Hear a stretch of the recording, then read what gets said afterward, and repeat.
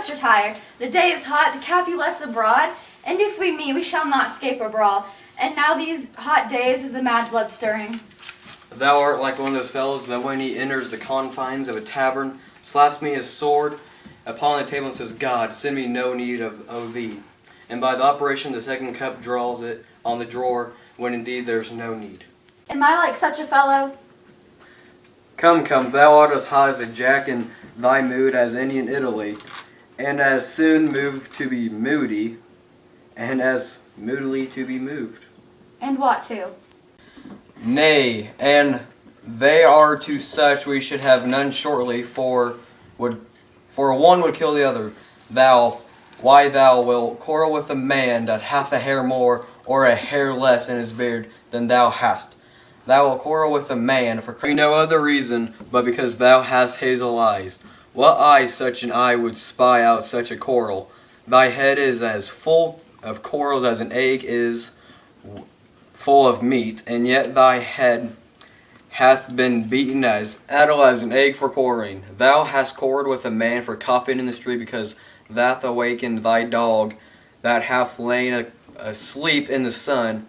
Didst thou not fall out with a tailor for wearing his new doublet before Easter, with another for tying his new shoes with old ribbon, and yet thou wilt tutor me from quarreling? I were so apt to quarrel as thou art. Any man should buy the fee simple of my life for an hour and a quarter. The fee simple, oh simple. By my head, here comes the Capulets. By my heel I care not. Follow me close, for I will speak to them. Gentlemen, good, a word with one of you. And but one word with one of us, coupled with something, make it a word and a blow. You shall find me apt enough to that, sir, and you will give me occasion. Do not take some occasion without giving. Consort, what doth make us minstrels? And thou make minstrels of us. Look to hear nothing but discourse. Here's my fiddlestick. Here's that shall make you dance. Zounds, consort. We talk here in the public haunt of men. Either withdraw into some private place and reason coldly of your grievances, or else depart. Here all eyes gaze on us. Men's eyes were made to look, and let them gaze. I will not budge for no man's pleasure. Aye. Well, peace be with you, sir. Here comes my man. I'll be hanged, sir, if you wear your livery. Marry, go before the field. He'll be your follower, your worship. In that sense may call him man. Romeo, the love I bear thee can afford no better turn than this. Thou art a villain. Tybalt, the reason that I have to love thee doth excuse the appearing rage to such a greeting. Villain, I am none. Therefore farewell, I see thou knowest me not. Boy, this shall not excuse the injuries that thou hast done me. Therefore turn and draw. I do protest, I never injured thee, but love thee better than thou canst devise, till thou shalt know the reason of my love. And so good, Capulet, which name I tender as dear as my own, be satisfied. Oh, calm, dishonorable, vile substance, alla staccata, carries it away. Tybalt, you rat snatcher, will you walk? What do you want from me? A good king of cats, nothing but one of your 9 lies, that I meant to make bold withdrawal, and as you shall use me hereafter, dry beat the rest of the 8. Will you pluck your sword out of your pitcher by the ears?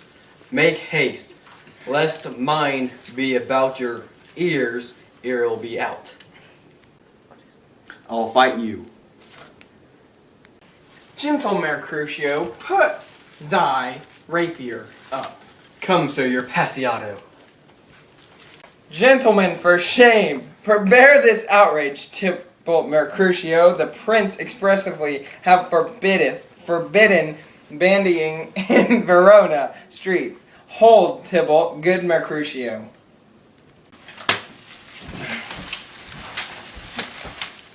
Oh wait, Tybalt.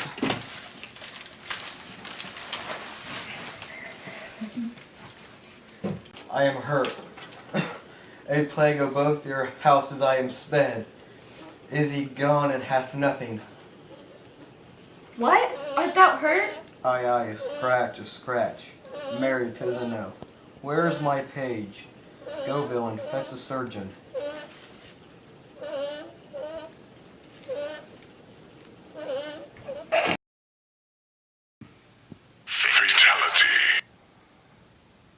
Oh, Romeo, Romeo, brave Mercutio is dead. That gallant spirit hath aspired the clouds, which too untimely here did scorn the earth. This day, black fate, on more days doth depend, that this begins, the woe others must end. The future will be affected by today's terrible events. Today is the start of a terror that will end in the days ahead. Here comes Furious Tybalt back again. This gentleman, Mercutio, a close relative of the prince and my dear friend, was killed while defending me from Tybalt's slander. Tybalt, who had been my cousin for a whole hour. Oh, sweet Juliet, your beauty has made me weak like a woman, and you have softened my bravery, which before was as hard as steel. Where are the vile beginners of this fray? Noble prince, I can discover all the unlucky manage of this fatal brawl.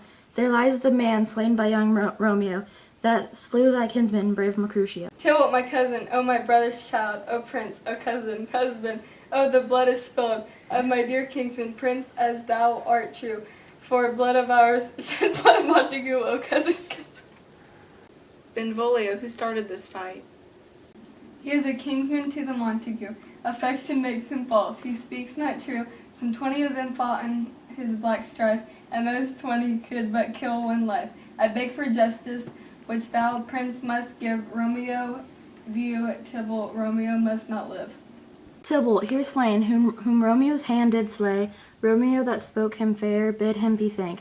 How nice the quarrel was, and urged withal your high displeasure, all this uttered, with gentle breath, calm look, knees humbly bowed.